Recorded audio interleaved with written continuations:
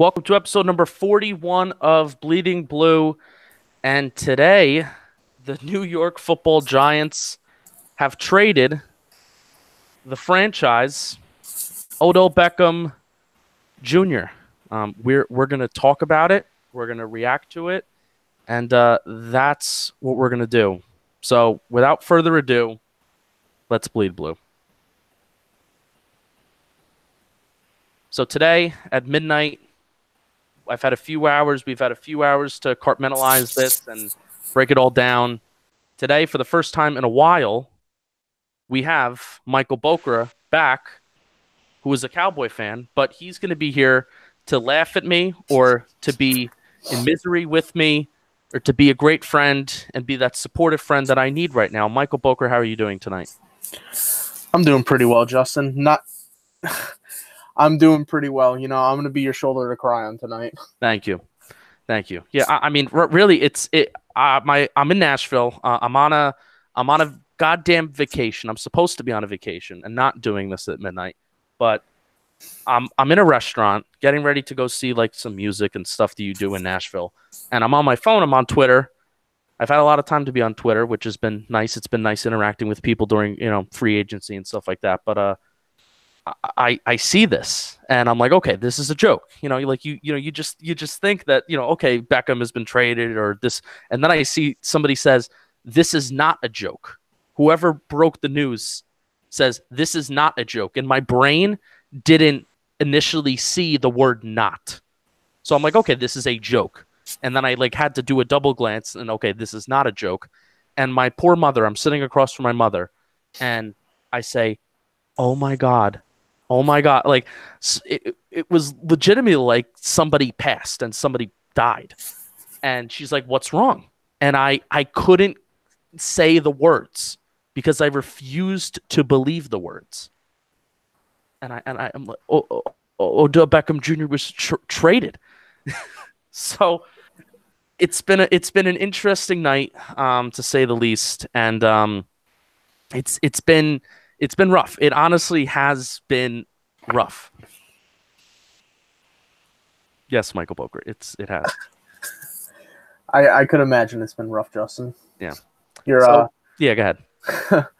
Your superstar wide receiver, you're the face of your franchise, because Eli's going down the drain now. The face of your franchise is literally gone and he's 26 years old. Yeah, I mean, dude, he won us those 11 games. That offense that year in 2016, he won us those 11 games in 2016. That offense that year, it was pitiful. That offensive group, pitiful, and they literally couldn't do anything. He won us football games. And Bokra, as a Cowboy fan, you remember that week 11 or week 14 game or whatever week it was in MetLife Stadium 2016, yep, where Beckham, he scored the only Giants touchdown of that game, and he put the team on his back. He did that multiple times throughout that year. And you saw what happened the season after when he wasn't there. We won 3 games, and you continued to see the ability that he had in 2018. You can see that if we were to find the next of kin at the quarterback position, you're able to see that, with Saquon and Odell as weapons and in the primes of their careers, you're able to see just how dynamic this football team could have been with all of them there. So basically, Odell Beckham Jr. was traded to the Cleveland Browns. They're gonna have a hell of a football team. Traded for the first round pick, the 17th pick of the 2019 draft, also for a 3rd round pick. So the Giants now have a 3rd round pick. They have a 2nd round pick. They have 2 first round picks, the 6th pick of the draft, the 17th pick of the draft. And then also Jabril Peppers. So lo and behold, we lose Landon Collins. We sign Bethea yesterday, and we sign an in-the-box safety, physical safety. Jabril Peppers had a Pro Football Focus grade of 77.6. That's above average. 2018, he took a step up from 2017, his rookie year. He started all 16 games in 2018. He started 13 games in 2017. 5 tackles for losses, 1 interception. No sacks. I think he had a few quarterback hits. James Betcher's going to have some fun with Jabril Peppers, and hopefully, that'll just be a slide-in replacement of Landon Collins. He probably maybe won't be as productive, but, whatever. This isn't about Jabril Peppers right now. So basically, Jordan Ronan, who's the ESPN reporter, and I think at first glance, you can think that, okay, this is a Giants full send of rebuild, right? It's a full send going into rebuild mode. Is that kind of your first thoughts when you see this as an outsider and as an outside fan of football, Poker? Is that your first thoughts, or no? Thinking that this move is a rebuild mode. Yeah. Rebuild? What do you, as an outsider, as a outside non-Giants football fan, what was the driving force behind this trade? What do you think it is? So, I think it's kind of like tough for me because like I would think that it's a rebuilding mode, but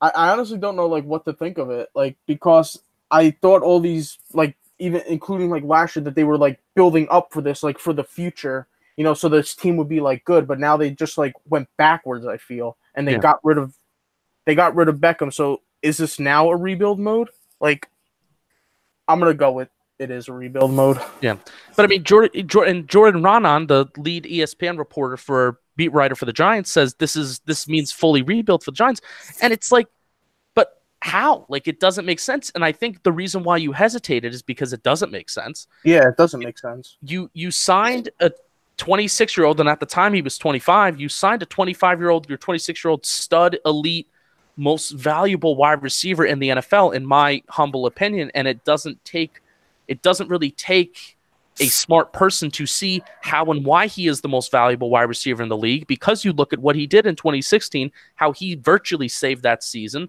along with that great defense that we had. But, you sign this guy to a long-term deal, and then one season later, you trade him away, and not only that, but the way that Dave Gettleman has just approached these last two seasons as a Giants GM, you paid Jason Pierre-Paul $22.5 million to play 16 games the year before we traded him. So 2017, paid him $22.5 million. We signed him to a long-term deal. We paid him all that money. Then we traded him away. And the Buccaneers, we got the Buccaneers to somehow take that huge cap hit. Yeah. We paid Odell Beckham Jr. some $21 million to play 12 games this year, and then we trade him away. And these are wasted seasons. These are all wasted seasons. It's not like we're talking about, okay, the Giants are expected. I mean, I guess some people think the Giants were expected to go out and do great things these last couple of years. So you sign all these guys, and I think smart fans say that, okay, there's not really that reasonable expectation that the team is going to go out there and win a Super Bowl. So you sign these great players for decent, hefty money, and then one season later, you just trade them away. So now the Giants are allocating $33 million between 9 players on their salary cap. And here are those players. Dead money for 2019. Odell Beckham Jr., $16 million. Olivier Vernon, $8 million. Damon Harrison, $3.2 million. Patrick Omameh, $3 million. Eli Apple, $2.3 million. Davis Webb, $380,000. Connor Barwin, Darian Thompson, Avery Moss are also getting over $100,000 that are accounting for dead money because we've either traded them or we've just flat out cut them. So $33 million, that's over 20% of our salary cap that is going to players that are no longer on the roster, and that is dead money. Dead money. So we'll be paying $14.5 million for Odell Beckham Jr., the most valuable wide receiver in the NFL, in my opinion. We will be paying him $14.5 million to not be on the roster this year at age 26. Which is absolute insanity. All right, so let's break this down on why would you make this trade? Why would you make this trade? Okay, so the Giants now have, like we said, they have 2 first-round picks, and they have the 3rd-round pick. One of the goals for the offseason, and I guess it wasn't through this avenue, was for Dave Gettleman to somehow get a 3rd-round pick. Use all the 4th-round picks and the 5th-round picks that you have to somehow try to get a 3rd-round pick. That was one of the goals going into the offseason. Didn't expect us to get the 3rd-round pick through this way, but guess what? Now we're here. So what this could possibly mean, and Daniel Jeremiah came out with the report, and he came out with the tweet from his buddy and his connection with Bucky Brooks, and he's connected the Giants with Duke quarterback Daniel Jones. Giants could take a pass rusher at 6 and then take a QB like a Daniel Jones or a Drew Lock at 17 because they're not going to be guys that are going to be taken in the top 10. You wouldn't think. They're not up with the higher elite, more elite status of the NFL draft, of the 2019 NFL draft, as Kyler Murray and Dwayne Haskins are. Would you agree with that? Yeah, I would agree. If anything, they're being evaluated as not even 1st-round, 2nd-round talent, but just because of how desperate the NFL is and how desperate teams are for quarterbacks in today's game, they're taken in the 1st round, even though they're not 1st-round talent. But at the same time, we don't know how Dave Gettleman, and this is what we talked about last episode, we don't know how Dave Gettleman evaluates quarterbacks because he's never taken a quarterback in the first 3 rounds. So he may think that Daniel Jones and Drew Lock are worthy of a 1st-round pick because they're tall white guys. I mean, that's not the sole reason why. But, they're tall white guys, and, they look like Eli Manning. They look like quarterbacks that have won Super Bowls in the past. They have that build, I guess, if you want to, If Dave Gettleman messes up with Landon Collins and Odell Beckham, does he mess up with the Giants' 1st-round pick this year? I mean, because we're finally seeing, and that's a great question, because we're finally seeing why, first of all, this man didn't get a general managing job until he was in his 50s and 60s, and we're seeing the reason why Carolina fired him before training camp. That, you know how rare that is? Why fire a general manager before training camp when the roster is already completed? Yeah. That was so strange, and that was so unusual to hear that happened. And now we're seeing why. This man is a very good evaluater of talent. I will not doubt that. Yeah, not deny him of that. You can't deny that. But just overall, I think relationships and overall plan, and this is something that Dave and I, Brett and I think Bleeding Blue has been one of the leading charges of asking this question of the Giants. What is our identity? What are we trying to do? What is our plan? What kind of football team do we think we can be? Because we've been wrong. Every single football season, we thought that last year, okay, the Giants can win 8, 9 games. 7, 8, 9, 10 games. We went out and we won 5.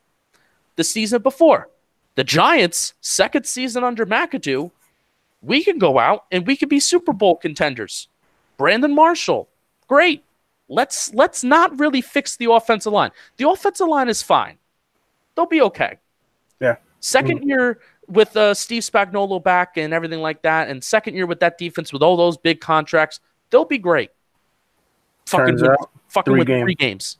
Yeah. You know what I mean? So the overall plan, now obviously with McAdoo, McAdoo and Gettleman was not there when McAdoo was there, and et cetera, blah, blah, blah, blah, blah. This is a new regime under Pat Shurmur, but this just goes back to the same flawed plan that we have, that we think that we can do things, and we evaluate what this football team has the potential to do, and we are wrong every single season. We've been wrong. So that's why it's just like, what are we doing? What is the reason? What is the reason that we make this trade and we make this move? I mean, the only thing I could think of being an outside, Giant fan, because I'm not a Giant fan, an outsider, I guess, on the Giants locker room is, I know he had some, attitude problem. What was it? Attitude problems. No, there is no attitude problems. That's the thing. And that's what a lot of, even Giants fans, they don't understand. They equate the passion that comes from Odell Beckham Jr. and the way that he shows that passion, they equate that to him having an attitude problem. Nobody from the Giants locker room has ever said, like Landon Collins went out of his way in 2017 when the Giants were doing all that losing. Hey, Eli Apple's got a big attitude problem. Guys in that locker room went out of their way to single Eli Apple out and say, this guy's got an attitude problem. Nobody, out of all the things that Beckham has done, has gone out of their way to say that he has an attitude problem. And shame on them if they did that. And shame on that. Like, shame on Mark Herzlich. Because Mark Herzlich went out and said, and he had some quotes on Antonio Brown over the summer, and he also talked a little bit about Beckham too. Shame on him for all these guys, for all these people that say that Beckham, like shame on Mike Francesa. Like Mike Francesa had his victory lap today on Twitter saying the Giants can finally take their first steps to making and rebuilding a great football team. Like, shame on you for thinking that, because you are clearly not watching football games, and you are clearly not watching how much this guy can help you win football games. Clearly, you're not. Do you disagree with that? No, I agree. I agree that he does give the Giants a legitimate shot at winning a lot of games. And as you said before, look at the 2016 season and how he basically carried that team to 11 wins. But yeah. So I do agree with you on that. And if they do, like I said, and we kind of talked about why make this trade, and I guess kind of the thing that you can hold on to is that they take the pass rusher at 6, and then they tried to use the 17th pick as a, not get one of the top quarterbacks that they're just going to see if they can work, if Daniel Jones or Locke can work.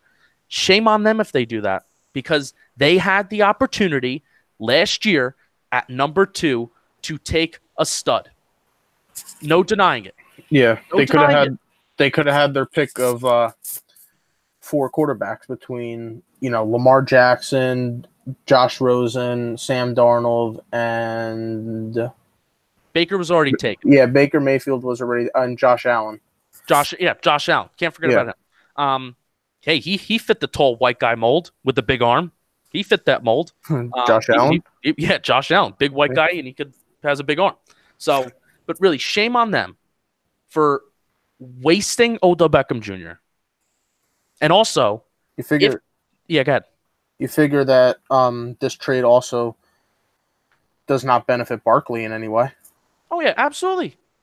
Absolutely. Because again, what does this year become?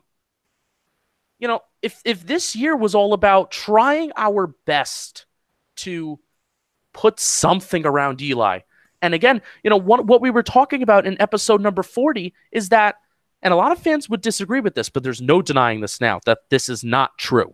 In episode number 40, we were saying the Giants are inevitably going to be better in 2019 because it's their second year with James Bettcher. It's their second year with Pat Shurmur.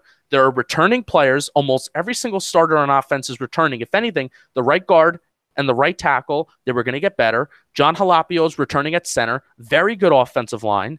Evan Ingram is hopefully going to be healthier this year. And second year with Saquon Barkley, you would think that offense was going to be set. Yeah, and you would think that inevitably this is going to be a better season. Not saying that we're going to go out and win 10 games, but definitely 6, 7, 8 wins, not out of the question, especially with an relatively easier schedule in 2019. So obviously that's not true now. At least I don't think that that's not true. That this season is inevitably just going to be better because that's just how football works. That's just how football works. You have a bad season, you get an easier schedule. It's your second year in the system. That was the thinking with McAdoo, right? Again, second year with the head coach, you're going to get better. It's inevitable, especially seeing how the Giants performed in the second half of the season. You just didn't, 0-8 start. That's just not going to happen. So, I mean, and especially if Josh Rosen does become available. If he does become available, shame on them for having this, again, flawed plan and lack of identity. Boker, you want to say something? Le'Veon Bell to the Jets. Oh, so this is breaking? This is breaking news. All right, so Renato must be happy. All right, so we talked about Daniel Jeremiah, Bucky Brooks. We talked about shame on the Giants. We have no plan, no identity, no approach. That's been probably the most frustrating thing about the last few years is that, you take Barkley and then you acknowledge, Dave Gettleman acknowledges in his first year that he's rebuilding the defense, and that's going to be a progress, and that's going to be a process. But at the same time, you go out and you spend a large sum of money on getting Nate Solder, but that was a necessity because of bad drafting. You go out and you sign Patrick Omame, you draft Saquon Barkley. So those are like, let's try to win now moves, but then you rebuild on the defense. So you're half pregnant in that regard. But as we acknowledge on this podcast, you can't be half pregnant. Let's go to my first page of notes. I started with my second page of notes. Isn't that odd? Yeah. Let's Boker. This is just insane. This is just insane how we're doing this. I cannot believe, and it's so crazy because Kimberly Jones of NFL Network, literally, she dropped the microphone on NFL Network and today, and she was just like, if any reporter puts down that there are rumors out there for Odell Beckham Jr. being traded, they have no sources. They have zero sources. She dropped the mic, and she said, all you're looking for is for retweets and likes and clicks on your article, you spineless, ignorant sluts, Dwight Schrute of The Office. That's a Dwight, you ignorant slut. She dropped the mic on NFL Network, and we were like, yes, Kimberly Jones. I love you, Kimberly Jones. I was about to tweet that today. And then like 3 hours later. 2-3 hours, breaking news. This is just insanity. And so here, I don't know if we're gonna wrap up. I don't know if this is gonna continue, but I don't even know how long we've been recording. I didn't set my timer. So this is basically kind of like a moral of the story. If the Giants have anyone else at the general managing spot that is outside of the organization, the Giants, I know one of the names on the top of my head is they interviewed Louis Riddick, who had no affiliations with the Giants beforehand. He kind of a big Eli critic, which I think is one of the main reasons why he didn't get the job. But if the Giants literally hired any other GM besides the people that were formerly affiliated with the organization, we're looking at Odell Beckham Jr., Sterling Shepard, Evan Engram, in 2017, we would have taken a quarterback, in 2018, we would have taken a quarterback with the second pick, and we're looking at those three players with $90 million, just like the Jets have. Just like the Jets. Eli Manning would have been gone if we took the quarterback in 2018. His money would have came off the books, and we're looking at very similar to the Jets. Maybe because Beckham's big contract, so take away Beckham's big contract. We're looking at maybe $60 million, $50 million of cap space to spend on the defense, and we could be having the offseason that the Jets are having right now. But instead, here we are. Here you are, not knowing who to turn to, not knowing anything. And we talked about with Landon Collins that you think that you would want to reward yourself when you have good drafting, even if it came from a previous regime.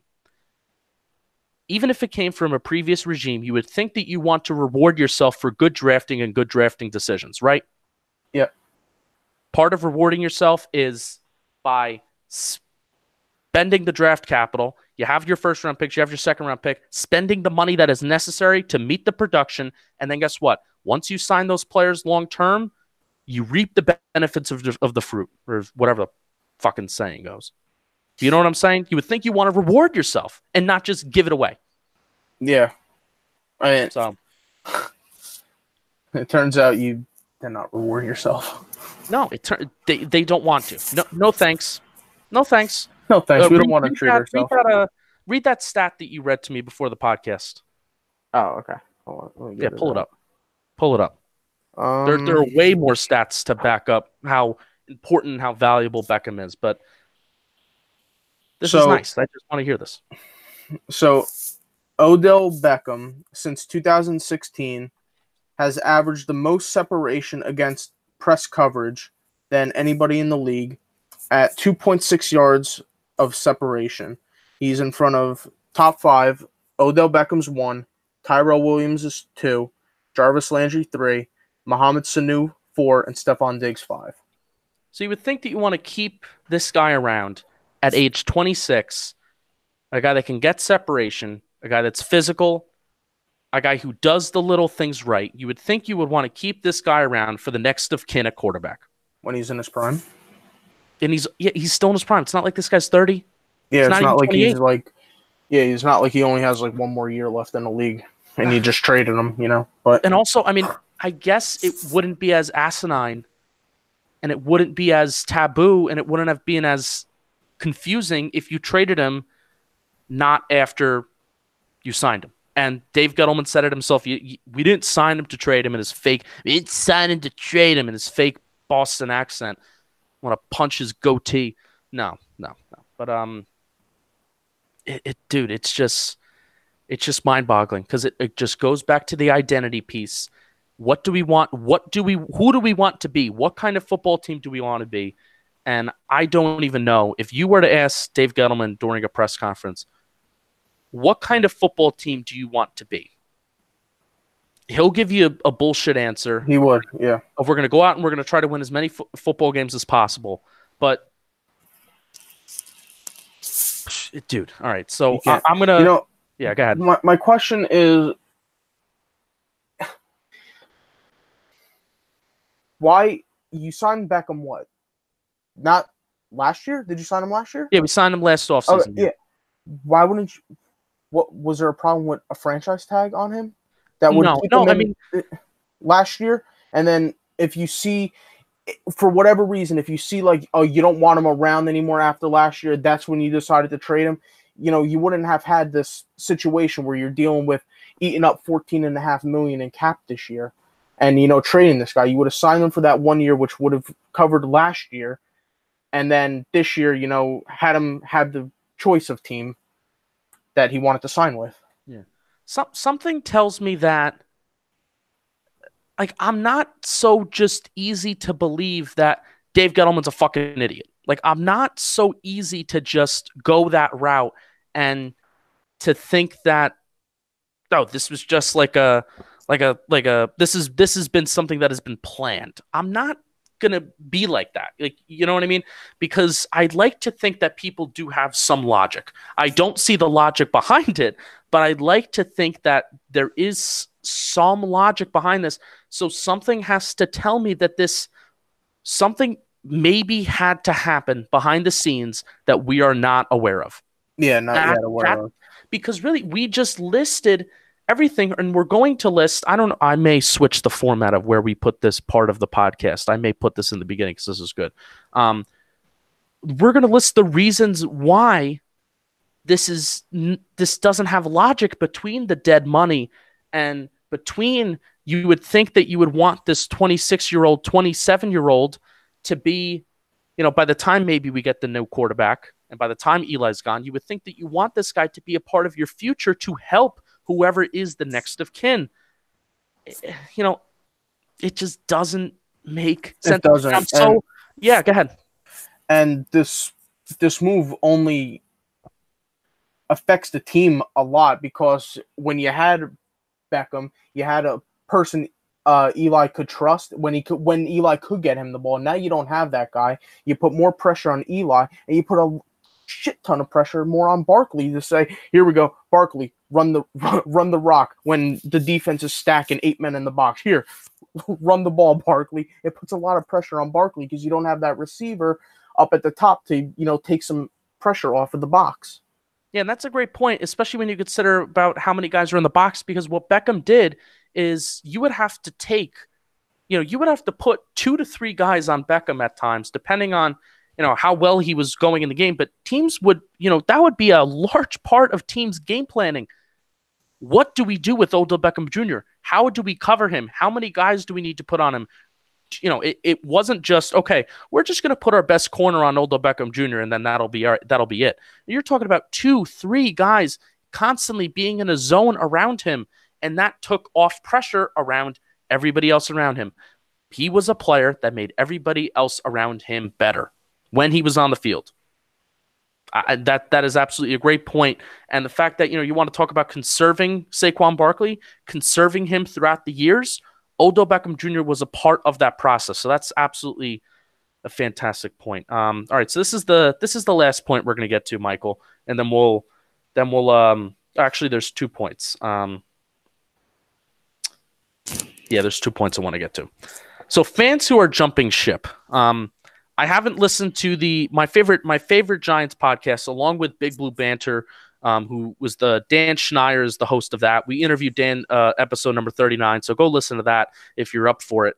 But Dan Schneier, Big Blue Banter, they do X's and O's, but my favorite overall entertainment quality podcast is NYG Weekly. It's hosted by Ethan Weiss of Gotham Sports Network, and NYG Daily, and he's been putting out tweets how he's very frustrated. They're both very frustrated. Everybody's very frustrated. I'm a little bit more confused, but they're very just frustrated, and they want to fire Dave Gettleman and all that kind of stuff. I'm not there. I didn't think Dave Gettleman was a great hire in the first place, but here we are. I don't think it's worth saying fire somebody, because I just don't think it's worth it. What voice do we have that they're going to listen to? But neither here nor there. Fans are jumping ship. And they're saying that they're done. Give me a new football team to root for, or I will talk about the Giants again when they're worthy of talking of. That's not me. That's not this podcast. That's not what we're going to do. We're going to react to stuff. We can disagree with it, but I don't think that's right. You can love a player as much as you want, and this is part of the problem with the Giants, is that I feel like the Giants as an organization have become so player-centric. You go to training camp and you go to, especially training camp, because I see this in training camp, because I feel like you get to be more personal with people at training camp because you're more personal with the players. You go to games, like kids go to games, and kids go to training camp today to see Beckham, to see Barkley. They don't go. They don't go to see the New York Football Giants anymore. No. I was with you last year. Me, you, and our friend Jimmy. We went, and then all you heard was these little kids, just screaming, Odell, Barkley. Like, it was just about those guys. It wasn't about anybody else. Yeah. It was those guys. They went there to go see those guys, and one of their main players isn't there anymore. Yeah. And you even see that with Eli, where people are so blind to support Eli. Eli supporters, Eli truthers, Eli apologists, whatever you want to call them. You even see it with Eli, where people are blind to supporting Eli, where supporting Eli is hurting the organization at this point, and it's those supporters are part of this flawed philosophy that Dave Gettleman and the Giants have. John Mara, especially. Oh boy, we didn't even talk about John Mara and how he might be associated with this. But I think that's more of a conspiracy theory than anything. We could talk about that in the future. But yeah, man, that's not what we're going to be about. We're not about a player. We're not about not supporting the team because it's a flawed philosophy. We're about wanting to go out and win football games, winning as many football games as possible, making moves that help, long-term, sustained, continued success. And that's what we're going to talk about on this podcast. So there are fans that are jumping ship, and it's kind of bothering me. Like, I think, you want to talk about people who are saying shit just to get likes and retweets. Mm-hmm. I think that's it. Like, people want attention. Yeah. Like, okay, so you're going to jump ship, and you're going to okay, I had to sign off for a little bit. There came a point where it's like, all right, I'm going to sign off of Twitter for a little bit. And I'm just going to do what I have to do. I went to go see some music and whatever in Nashville, and it was great. But, don't jump ship. Don't be that guy. Don't be that fan. Don't be that woman. Don't be that woman. So that's it. I hate those fans. Yeah. Jump ship. No, that doesn't fly with me. All right. So I think that's it. I have no idea how long we've been recording. I think maybe around half an hour. That's my guess. Michael Boker, thank you for coming on. Do you have any kind of final thoughts as we move forward? No, I just hope. The only thing I'm going to say is I hope this trade does not screw the Cowboys over with them landing Earl Thomas. That's all I'm saying. How would that have any impact on the Cowboys? Because do you see what the Browns are doing? They give up their safety. They're going to go out and sign, the best safety available. Oh, yeah. And they do have the money. And they do have the money. That's the beauty of not having a quarterback that you don't have to pay a quarterback for. You can go out and you can spend literally everywhere else. So you get screwed, I get screwed if this happens. You get screwed, I get screwed, We we all all get get screwed. screwed. Yeah. All right, so that's a good line to end it on. So that was Bleeding Blue, episode number 41. If you're new, I should have said this in the beginning. If you're a new listener, this is a podcast called Bleeding Blue. My name's Justin. You can follow me on Twitter at jpenix74. You can follow Bokra at Twitter at what handle, even though you don't tweet that often? Mbokra. At mbokra. At mbokra. You can follow Bleeding Blue on Twitter at bleeding_blue. We put out articles and blogs whenever we can, and there's episodes every week. So subscribe, follow, give us a 5-star rating in the Apple Podcast app. Sorry that we weren't really screaming and yelling and hooting and hollering, probably like some other podcasts are. I get like that sometimes, but right now I'm just more confused and stunned more than anything. So peace out. You get screwed. I get screwed. We all get screwed. Maybe we should make a t-shirt about that. All right. Peace out. Keep on bleeding blue, everybody. Go Giants, no matter what, I guess.